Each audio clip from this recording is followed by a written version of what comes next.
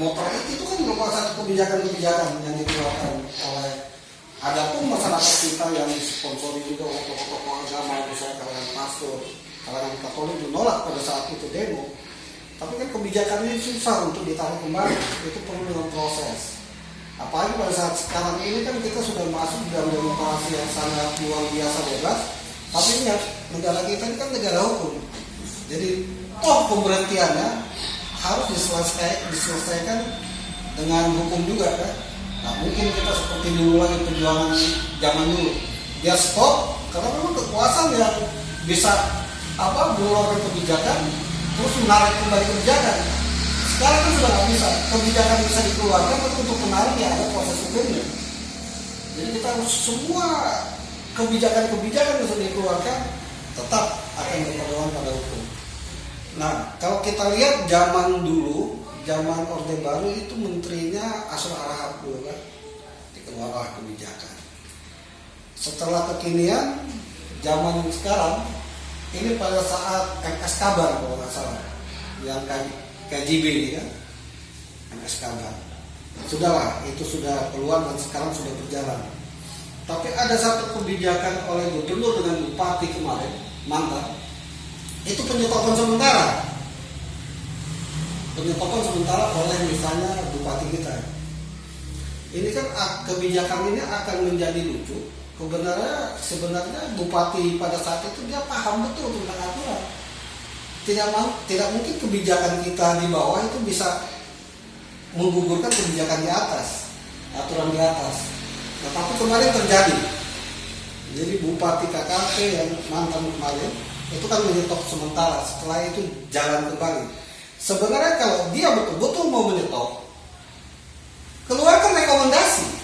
Walaupun itu juga agak sulit, tapi rekomendasi itu yang dibutuhkan kita untuk menyetop KPH. Tapi sampai sekarang kan berarti rekomendasi yang dikeluarkan awal bisa mengeluarkan rekomendasi baru untuk menggugurkan rekomendasi yang kalau misalnya begini maksud saya, kalau misalnya Bupati KKT kemarin betul-betul ingin menyetop, walaupun nanti prosesnya panjang, tapi keluarkanlah rekomendasi untuk penyetopan. Kan wilayah otonom, dia punya hak juga untuk untuk mengeluarkan rekomendasi penolakan. Kan rekomendasi awal itu dikeluarkan oleh Pak Ormangun. Setelah itu dikeluarkan susulan Pak Bicar Temar. Jalanlah KJB. Nah kalau kemarin yang saya ulang tadi, kalau betul-betul pengen menyetop, keluarkan rekomendasi walaupun nanti akan makan waktu. Keluarkan rekomendasi dari pemerintahan daerah untuk penyetop kan, itu baru yang namanya gentle kebijakan dari wilayah otonom. Mungkin itu. Oke.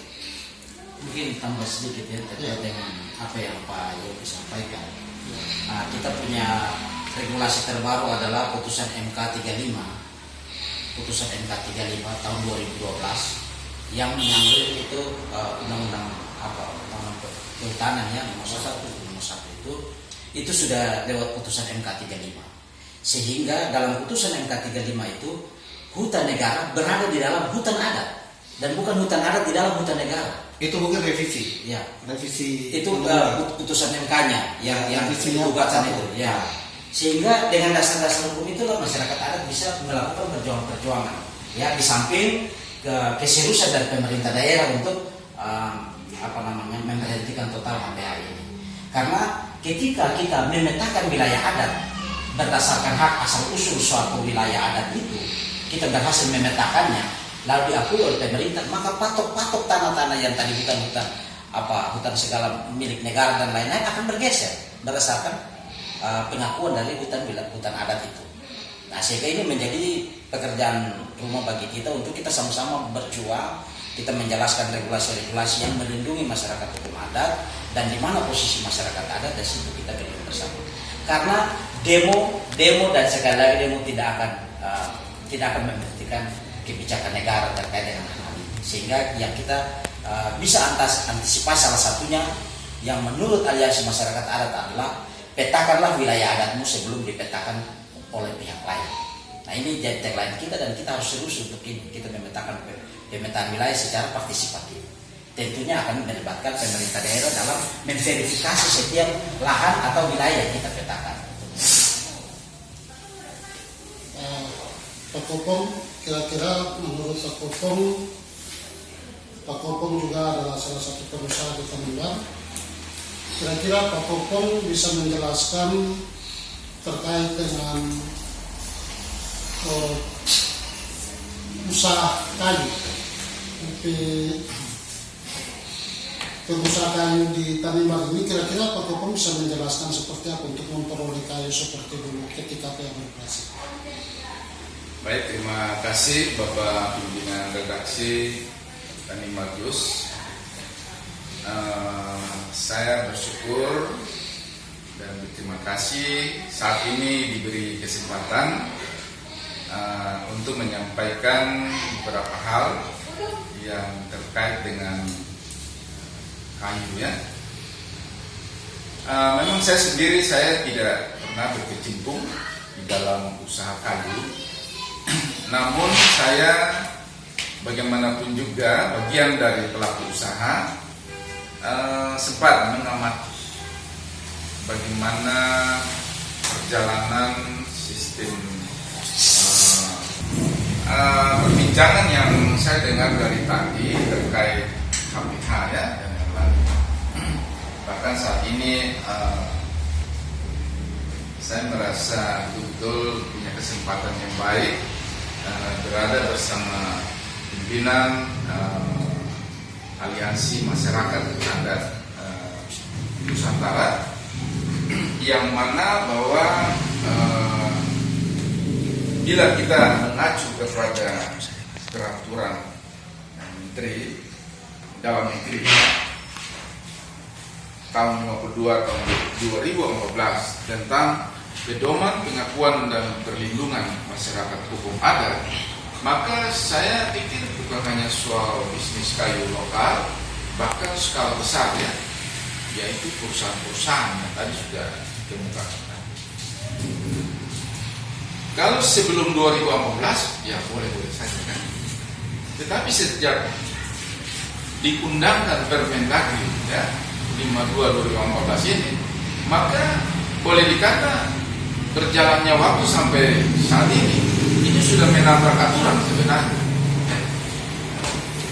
Nah, bagaimana kita semua para pemangku ya jabatan yang ada di daerah ini untuk melihat itu? Dan saya sendiri memang tertarik untuk itu karena saya merasa bagian ya dari masyarakat di Tanimbar. Dan saya betul-betul merasa prihatin juga dengan kondisi yang ada. Bersyukur sekali pada saat ini kebetulan saudara pimpinan Aman juga yang saya kenal betul, yang benar-benar akhir-akhir ini ya begitu gigih ya untuk memperjuangkan penetapan dari Permendagri ini. Saya pun berharap dalam waktu dekat ini sudah bisa ada tindak lanjut ya. Kira-kira seperti harapan saya. Oke, terima kasih.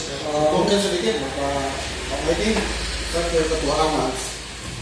Sekarang Aman sudah 2 tahun berjuang. Sekarang menurut Aman sendiri tentang konsep penolakan untuk pelestarian hutan Tanimbar, mungkin seperti apa konsepnya? Sebab tadi Ketua Aman sudah mengatakan bahwa ada kerjasama juga dengan WAKI kan, Warna Lingkungan itu sangat luar biasa menurut saya. Dan pada saat Orde Baru kemarin juga kita kalau bekerjasama dengan WAKI, ketuanya waktu itu Ahmad Rayat di Ambon untuk Maluku. Nah itu tindak lanjutnya bagus, cukup bagus konsep itu. Nah sekarang Aman sendiri seperti apa melihat hutan Tanimbar? Ya. Dari pandangan Aman ini sendiri, hutan atau di darat, hutan maupun potensi sumber daya di laut dan darat itu merupakan kekayaan yang dimiliki oleh masyarakat adat, sehingga ini harus perlu dijaga betul dan dilestarikan. Dan kita seperti pengalaman-pengalaman yang kita sudah pelajari bahwa adanya demo atau lain-lain untuk bagaimana menghentikan izin-izin yang diberikan oleh pusat ini memang tidak mempan. Sehingga hutan ini perlu kita jaga dan kita lestari dengan kearifan-kearifan lokal yang sudah terbangun, terjaga dari para leluhur. Kita punya hutan keramat, ada hutan-hutan yang memang punya spesifikasi khusus untuk bagaimana menjaga keseimbangan alam. Masyarakat adat juga punya tempat berburu, meramu, dan obat-obatan itu diambil dari alam. COVID itu juga banyak yang dapat dari, selama COVID itu banyak obat-obatan yang diambil dari alam. Jadi harus dijaga. Nah, dengan adanya HPH ini kan terporak-poranda semua hutan ini. Ada yang bilang itu kita punya hutan keramat, kita punya hutan yang itu dikeramatkan, itu dibawa habis. Nah, dalam sejarah ini tidak pernah namanya reboisasi, penghijauan kembali itu, hutan itu tidak akan lestari sebagaimana yang ada. Nah, sehingga ini akan mengancam ekosistem di Tanimbar maupun masyarakat adatnya sendiri. Nah, kita lihat punya struktur tanah dan segala macam, kita bukan ilmuwan ya, tapi kita punya pandangan saja bahwa banyak laut yang tercemar karena perkembangan ini. Ya, sungai-sungai yang menghidupi masyarakat ini juga sudah tercemar. Nah, biota laut juga turut tercemar.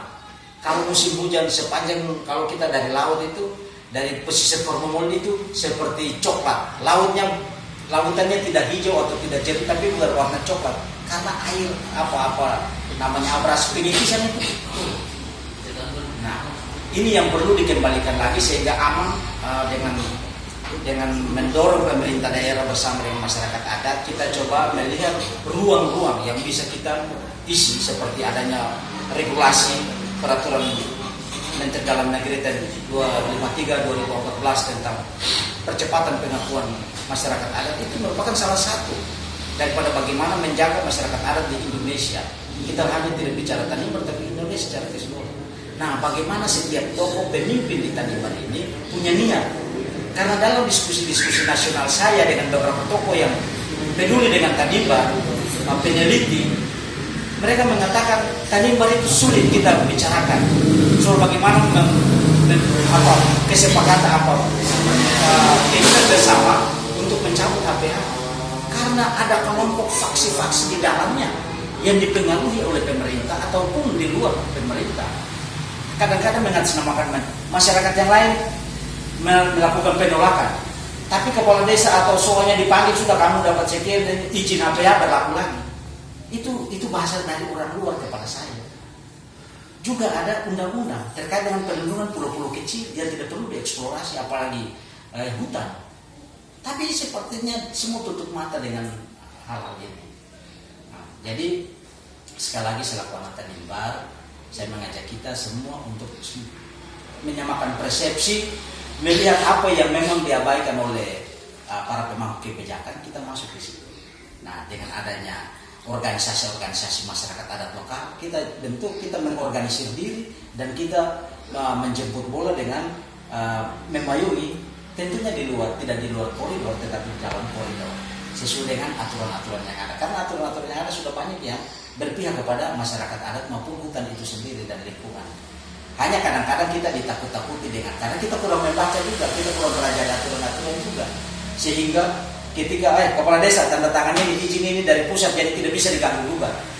Nah, dibodohi lagi, padahal ada punya kewenangan secara masyarakat adat lokal, ada aturan yang melindungi itu, tapi tidak disajikan. Semua hanya berdasarkan sudah ada izin dari pusat, tugas kita mengamankan ini. Nah, ini yang menjadi satu fenomena tersendiri.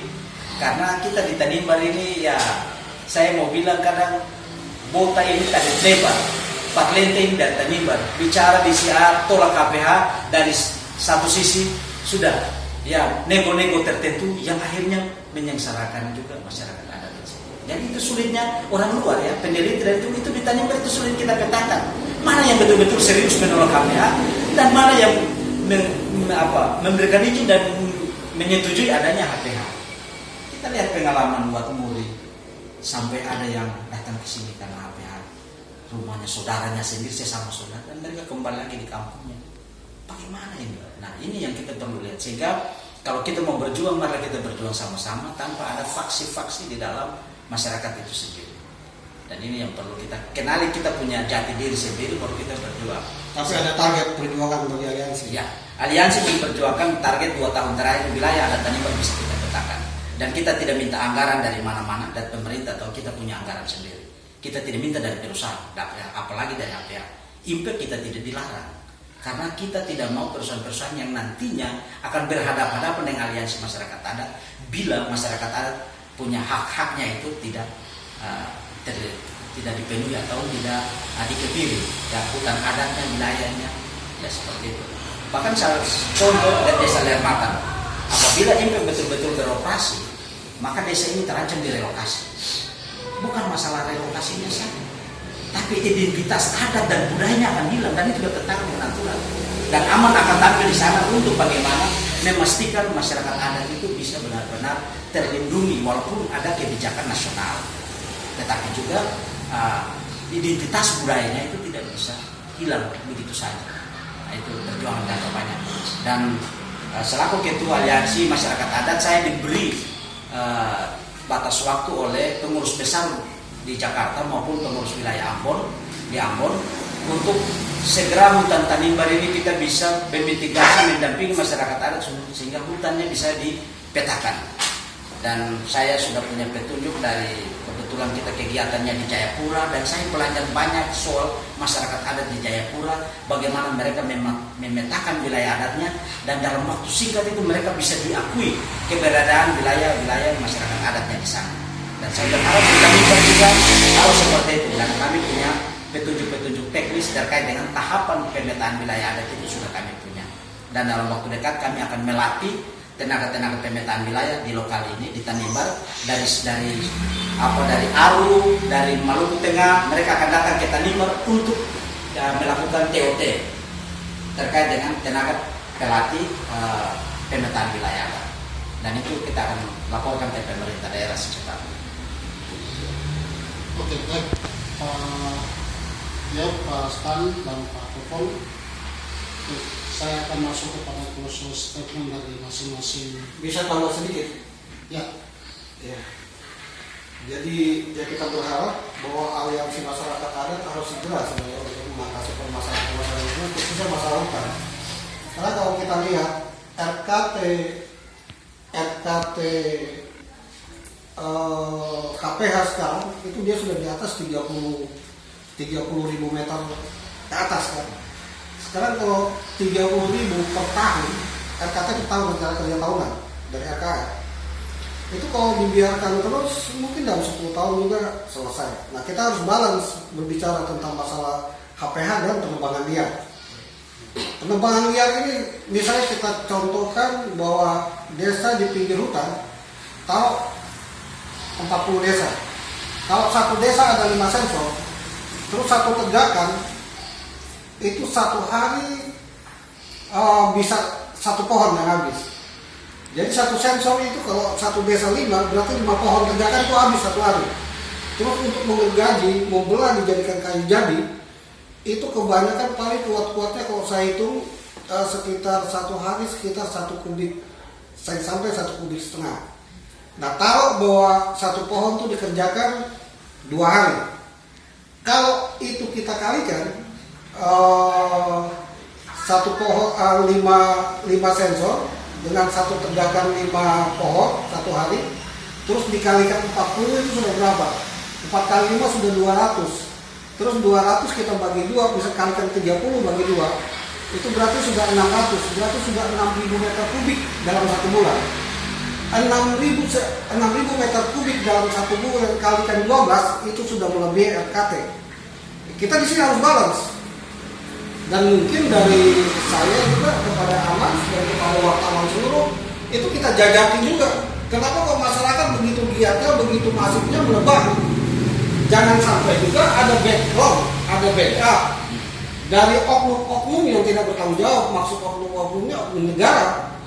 Nah, saya tidak mau kita di sini kan daerah kecil, gampang dideteksi. Nah itu mungkin pandangan saya memberikan masukan-masukan juga kepada Aman dan bagi wartawan yang ada di sini. Ya, terus tentang masalah potensi, tentang masalah pengelolaan kayu. kayu bisa dikirim tuh kalau ada dulu Sako sekarang SKS saya. SKS saya terus ditukarkan menjadi pas jalan. Nah, misalnya ada kayu-kayu di luar dari LPH yang dikirim, itu perlu dipertanyakan. Termasuk seperti siapa pengusaha apa kamu? Bos Kungkiau. Kongkiau. Kongkiau itu dia ada lahan nggak? Lahan konsesinya itu ada nggak? Kalau misalnya dia ada lahan, diukur berapa luas lahannya. Biasanya luas lahan 100 hektar persegi, itu dia cuma hanya mendapatkan 500 kubik kayu hutan campuran. Baik itu ini hutan yang perawat. Sekarang satu konsesi satu pengusaha kemarin untuk pertanian, dia cuma bisa menguasai 100 hektar kan. Nah, kalau 100 hektar itu mau berapa? Dia habis, 1 tahun juga habis. Tapi ini dia aktif terus berjualan. Dan bahkan kayu-kayu juga dari daerah atas ke bawah ini cukup banyak, cukup masif dia masuk ke kota. Nah, mungkin ini yang perlu juga teman-teman wartawan dan masyarakat banyak lah kita mengawasi. Dan juga saya minta kepada aparat penegak hukum yang harus fair di sini. Mereka juga jangan ada mungkin jangan sampai membackup. Sudahilah backup itu. Dan saya berharap Aman juga harus diri dan mulai loh. Kalau misalnya Aman nanti dia terus sampai 1 tahun 2 tahun ke depan, hancur kita punya hutan. Mungkin itu Pak Beki. Oke, terima kasih. Kita masuk ke statement mungkin dari Pak Beki. Pertama kepada Pak Stan dan Ketua Aman dan statement Pak Beki seperti apa? Mari kita lestarikan hutan Yamdena bersama, karena hutan Yamdena ini merupakan paru-paru di Maluku dan juga merupakan sumber kehidupan saya dan kita semua yang ada di Maluku, khususnya warga Tanimbar. Jadi warga Tanimbar keseluruhan wajib untuk menyelamatkan hutan Yamdena. Ya, kalau dari saya, ya Pulau Yamdena atau Pulau Tanimbar ini ibaratnya tubuh kita. Dan rambut yang tumbuh di tubuh kita ini adalah hutan. Darah yang mengalir adalah air. Tulang kita adalah batu atau sumber daya yang terpendam di dalam. Mari kita jaga tubuh kita ini.